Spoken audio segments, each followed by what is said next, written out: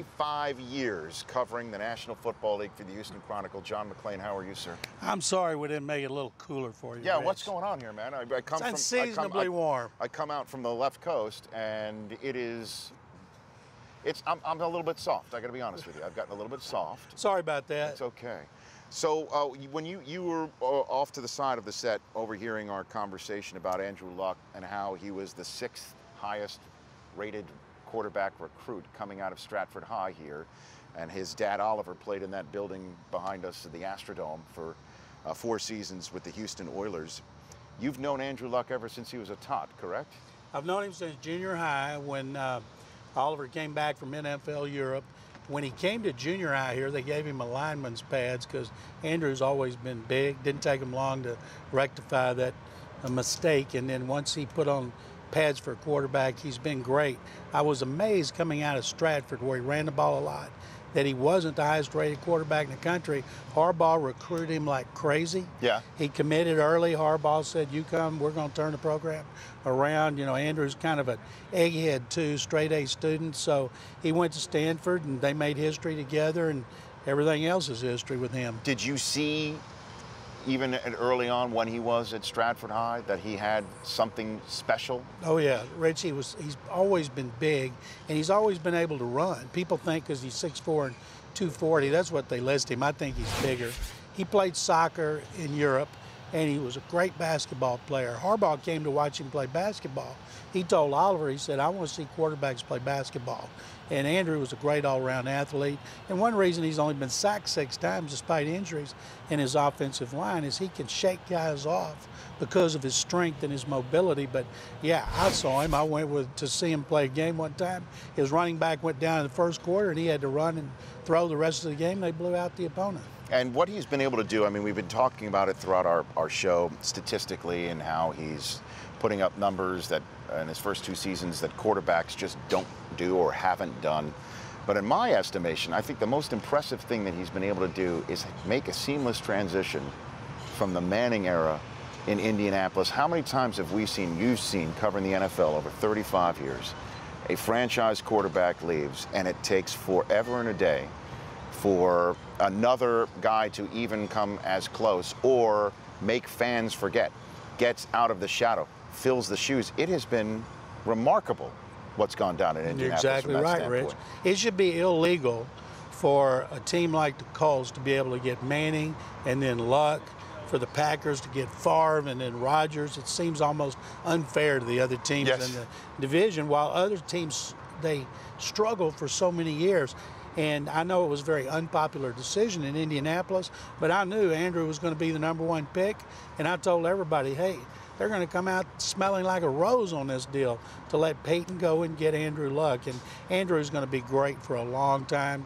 And I know I'm partial to him, but I've thought since his rookie year, not only is he going to be a perennial Hall of Fame, a perennial Pro Bowl player, he'll probably end up in the Hall of Fame. And I wrote a column this week about Andrew, J.J. Watt, and Russell Wilson, all 25 years old, being the new faces of the NFL. How good is Watt compared to guys that you've seen at his position before him? He's an incredible athlete. You know, he's a former tight end when he went to Central Michigan, and he catches passes on the jugs gun with the receivers. You don't see many linemen do that. He's got great hands, and as you know, Rich, the greatest of the great, they outwork everybody else, whether it's Jerry Rice, all the great ones work so hard, and he is an unbelievably hard worker.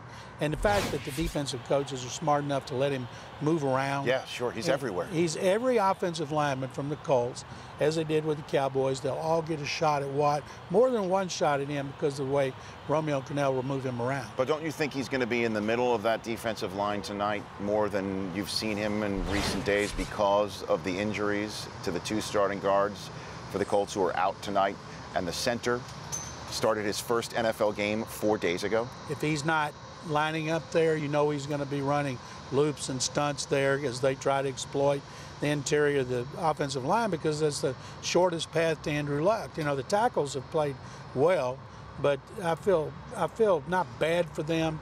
But Andrew's so talented, I would never feel bad for him, because JJ can get in on him and Andrew can roll away from him. and have J.J. chase him. But I would imagine that they want Andrew to get rid of the ball quicker than he usually does in this game. Well, and in terms of the quarterback position here, Dan Patrick asked me this question earlier on the show, and I'll ask it of you. If Bill O'Brien and the Texans could get a mulligan, now I know it's easy to say because Clowney hasn't been in the lineup since quarter 2 of game 1. Would he take Bortles or another quarterback instead of Clowney? No, he could have taken them before, and he didn't want him. They wanted Clowney because they had him clearly rated higher than every other prospect. They knew what Ryan Fitzpatrick was. 3 teams, 3 years, 5 teams in 10 years. And you can't look at Fitzpatrick's interceptions, 6, and blame him. Only 2 have been bad throws that were his fault. Now, they've got some slow starts that he has not done well in, but he has not played consistently bad. But it's way too early to judge Clowney. They do need another pass rusher to take the pressure off Watt, and that's what that decision was all about, giving Watt some help. So what is the future of the quarterback position here? They need one. They don't know if Tom Savage is the guy. He's the 4th-round pick. If they're out of the playoff race, they got to see what he can do. I still believe if they got a shot in the 1st round at the draft next year, that they're going to take a quarterback. Even what about Mallett? I mean, because he might know the offense better than anybody else. You're shaking your head so many times that. Listen, I'm a Michigan Wolverine, right? So I've known My Mallett. condolences. Well, I know that. I appreciate that. But clearly we saw what he was doing, and then when Rich Rod came in, he left. And what we saw in Arkansas, and he fell down the draft, and now he's here after years of backing up Tom Brady. Why not give him a shot here in Houston? He's completed 1 pass in 4 years. Bill Belichick's not stupid. If he could play, he would still be there. They gave up on him. They drafted Garoppolo in the 2nd round. And I haven't found anybody that I talked to up there that say, man, that was a great move by the Texans, even to get him for what I call a can of soup, conditional 7th-round pick. But if Fitzpatrick gets hurt, he'll play. Fitzpatrick would have to be terrible, Rich, for multiple games, and he hasn't been, for Ryan Mallett to get a chance. This is the last year of his contract. I don't expect him back next year. I think it'll be Savage, Fitzpatrick, and the #1 pick. Andre Johnson, is he hurt? What's his scoop in this offense? He hasn't been nearly as dynamic as previous years. Well, it's the quarterback. It's not the receiver. It's the quarterback throwing him the ball. When you're not throwing the ball more than 10 yards in the 1st half and you're not getting the red zone, it's hard to get him the ball. He's still the leading receiver on the team. As you know, Rich, he never caught a lot of touchdown passes, 5 last year. Career high was 9. So Andre has not had a chance to get the ball in the red zone because they haven't spent a lot of time in the red zone, and they've thrown deep to DeAndre Hopkins. If they get to a point where they're consistently throwing the ball, they'll go to him more often. What do you think happens tonight, John? I think last year, remember, Texans had them down 21-3 at halftime. Gary Kubiak had his stroke. Never seen anything like that. Texans had them down 24-6 late in the 3rd quarter. Luck to Hilton. Boom, boom, boom. 3 touchdown passes. Colts win 27-24. I think if the Texans can come that close with Case Keenum in that situation, they ought to have a chance to win this game by 2 or 3 points tonight. Well, Chris Brockman back in our studio. You've got the poll question. I'd like to ask this of John McClain. You wanna hit us with the poll question for today? Yes, sir, John. Who is the NFL MVP through the first 5 weeks? Andrew Luck, J.J. Watt, whom we'll see tonight, Phillip Rivers, Aaron Rodgers, or DeMarco Murray?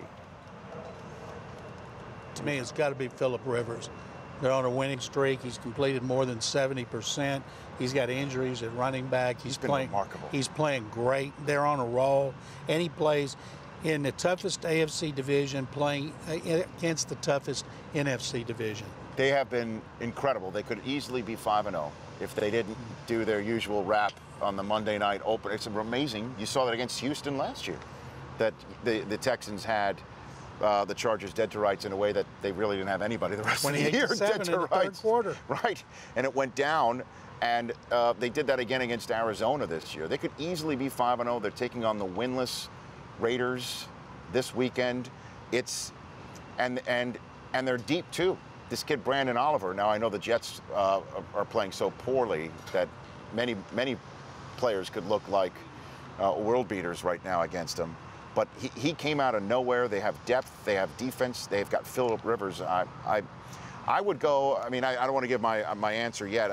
I'd go a different quarterback, but you're not too far off with Phil Rivers. Which one would you go with? I personally, I'd go off the board right there and go with Russell Wilson. He's not part of the equation right now. But He will be eventually.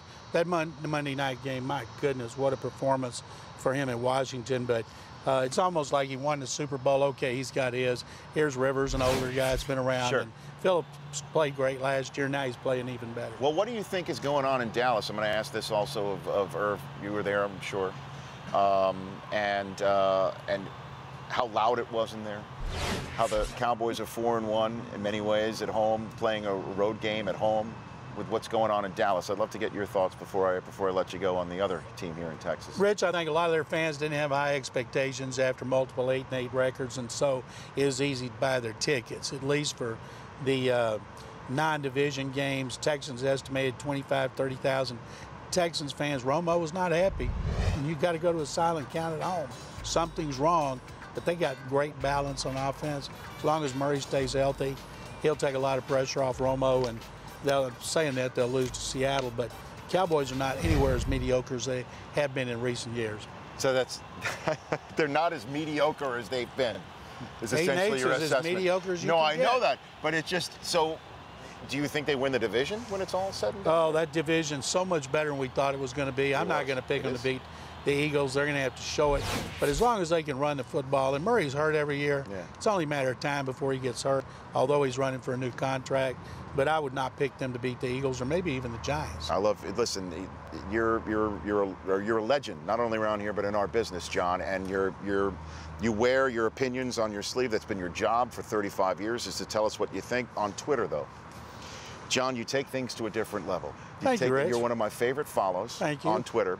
How often do you tweet out something and have your finger hover above the send button? Do you ever? Because the stuff you send during Baylor games, during the Texans games, you sound like that guy on the porch screaming at the kids on the lawn. You know, that's what I don't hover, Reg. I type it and send it, and sometimes later, I don't even. People tell me what I sent, and I go, "Oh, really? I did." But during the game, I just tweet like a fan. You do. You just throw it out there. And then I come to my senses later.